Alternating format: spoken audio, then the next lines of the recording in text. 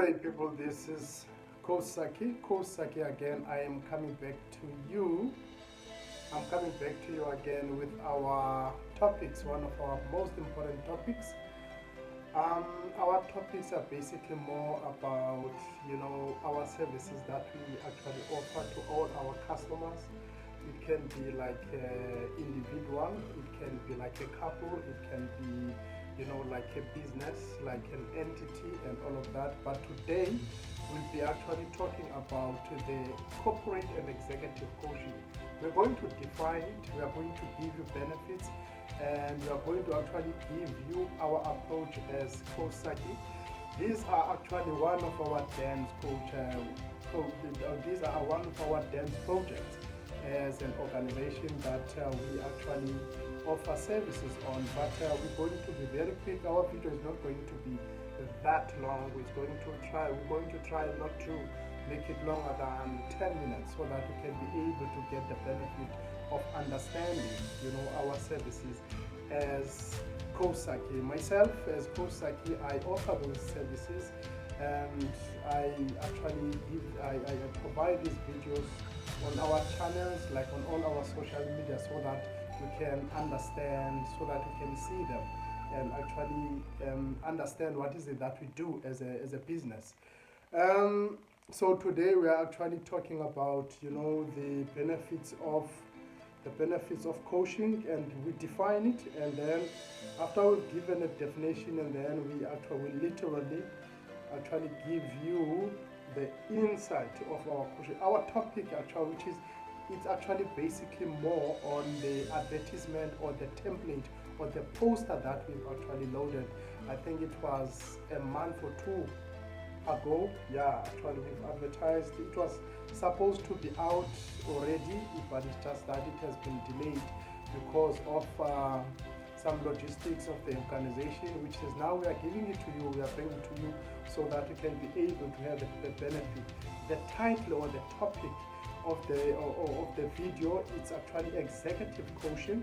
Everything that you wanted to know about being explained, and why would you choose us? Why would you choose us, Kosaki? Because our slogan is very clear.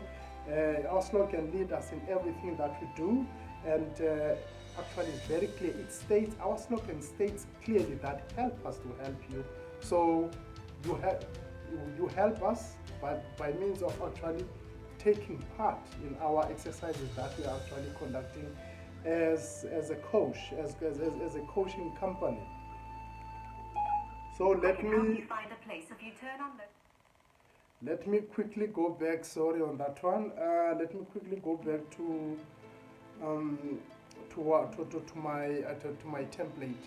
So I'm going to literally define the executive coaching, like what do we do, like what is it that we basically do as a company. So I'm sounding like as if I'm talking in circles, but it's something that I have to do so that I can clarify what I'm actually doing as a coach. Well, 89% up to 100%, the executive coaching focuses on work issues. So if you want to understand about executive coaching, and it happens between the coach and the people that are actually working in managerial positions. If you are a director, if you are perhaps like an executive in your organization, and you are a decision maker, you make decisions for the benefit of growth of the company, then that means that this executive coaching, it is for you. It is for you to actually learn from. And yes, there are actually many other things that we do, and you've got to understand that some executive coaching services that we offer, they have a little bit of a background in sort of a psychology and organizational behavior, because that is what we must help you to understand as a person that is actually making that decision for a company. And by doing that, you will actually understand clearly as to what you need to do. That is after you have been actually partaking, or perhaps like you took one of our actually corporate and executive coaches. Let me quickly brief you and tell you what is it all about so that you can understand. One of the issues with the diversity among coaching qualification is in making a distinction between psychotherapy and coaching. One way in which the International Coaching Federation distinguishes between coaching and therapy is through whether the intervention focuses on the person or is focused on a work issue. Now, I want to actually bring you on this one that as a manager, you've got to be ready for the coaching. You can never say if you want to improve your life, if you want to improve your career, that you don't need the coaching. As a manager, you need coaching. You need coaching. You need a person that will be able to, you can have a mentor. That means a mentor, that is a person that works with you in the organization, a person that was there before you in your position, a person that has worked as a manager, but then after that, then he got promoted, he grew because of his actually advanced academic qualifications and all of that. And you are his or her junior in your level of working. But then you make that person a mentor. And then, but that you need. But also you need to have a coach. A coach is a person that will help you to grow to where you are. Sometimes you'll have pitfalls in your duties and all of that. And the coach will help you when you are exhausted, when you have thought that there is an opportunity in your field that you're working in that you would like to actually maybe pursue as a person, as a manager or as a director. You go to your coach and then you discuss that with your coach, and your coach will actually take you through. And by taking you through, that means you will actually, because it is his specialty or her specialty to actually, and is trained to actually show you what you need to do and how to go about doing that, and also how to master your steps in actually, because it's a journey, and it's a journey that will actually take you through in everything that you do. As I've said, that managers have to be ready for coaching, and it is also important to ensure that these executives are ready for coaching. That is the company, because sometimes these executive and corporate coaches, they don't get to be identified by individuals. They get to be identified by companies. So then they have to be ready. They have to be ready because maybe there's quite a competition out there.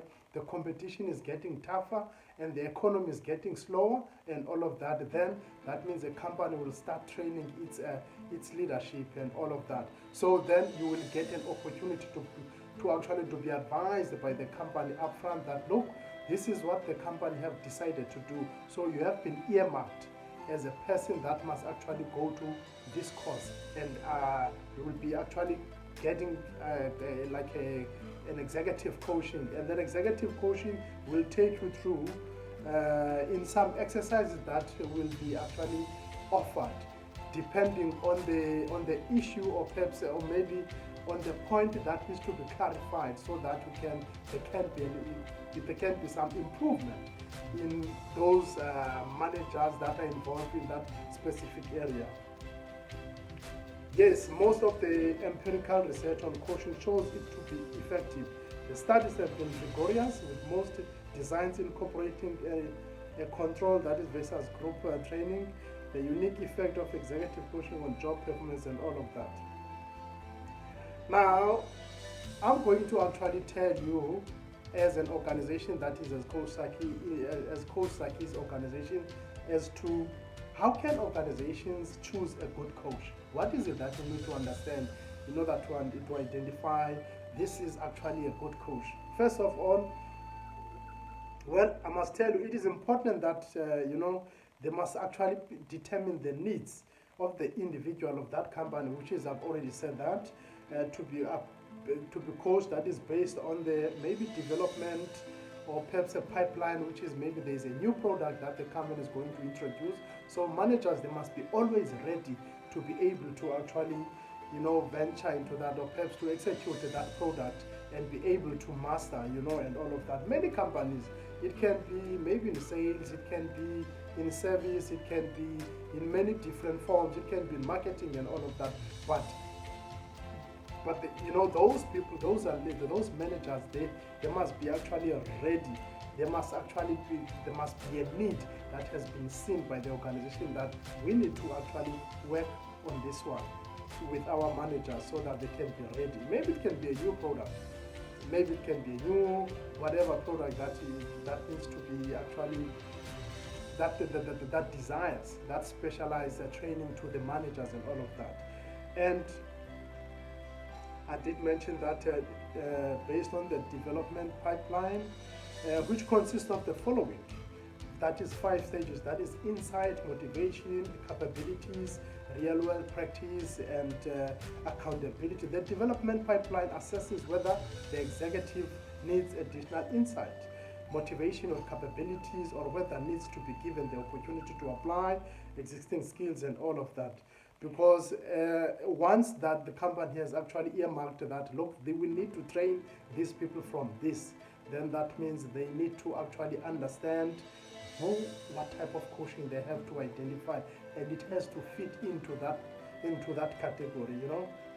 Of course, executive coaching is not just a panacea, but it is a useful L&D tool. Because based on the evidence, executive coaching, it is a valuable tool for management development. However, I'm going to clear on this one. However, it is important that organizations must carefully select, who meets a coach that meets the requirements for executive development. Executive coaching is not just a panacea for all organizational problems, but it is useful. It is a useful tool in training and development management level. So these are things that we do at Kosaki. Like we actually qualified. We are qualified to do that. We are qualified to train managers, to train executives. But obviously, the company will tell us this is what we need to do. Can you be able to do that? Then we sit down and then we discuss what is it that we need to do. What is it that they need to do? That means how is that supposed to be done? Because it's different when it comes to talk with the board. Compared to talking to the managers to actually give them the exercise that they must apply in executing the challenge that they actually need to that they need to work on, so that they can be able to resolve the problems. That needs to be actually make things easier, and the running of the company to be more smoother. You understand? So as a company, those are things that we look at, which is Kosaki. Those are things that we actually we expect that after we have trained those certain coaching, those certain managers and all of that in that field of coaching, that they should be able to perform, they should be able to execute, they should be able to excel on what they actually need, and all of that. So we have given you quite a lot of things that you need to understand. We've given you all, we've defined what is it that corporate and executive coach does. I'm going to define again so that I can actually stop. This is my last part of my video. Executive coaching involves a series of one-on-one interactions between a manager or executive and an external coach. The goal of coaching is to equip people with the knowledge and opportunities they need to develop themselves and become more effective. What is expected after that is behavior change. Behavior change is the goal of most executive coaching. One of the top researchers in the field of consulting provides the following definition. I'll give it to you again.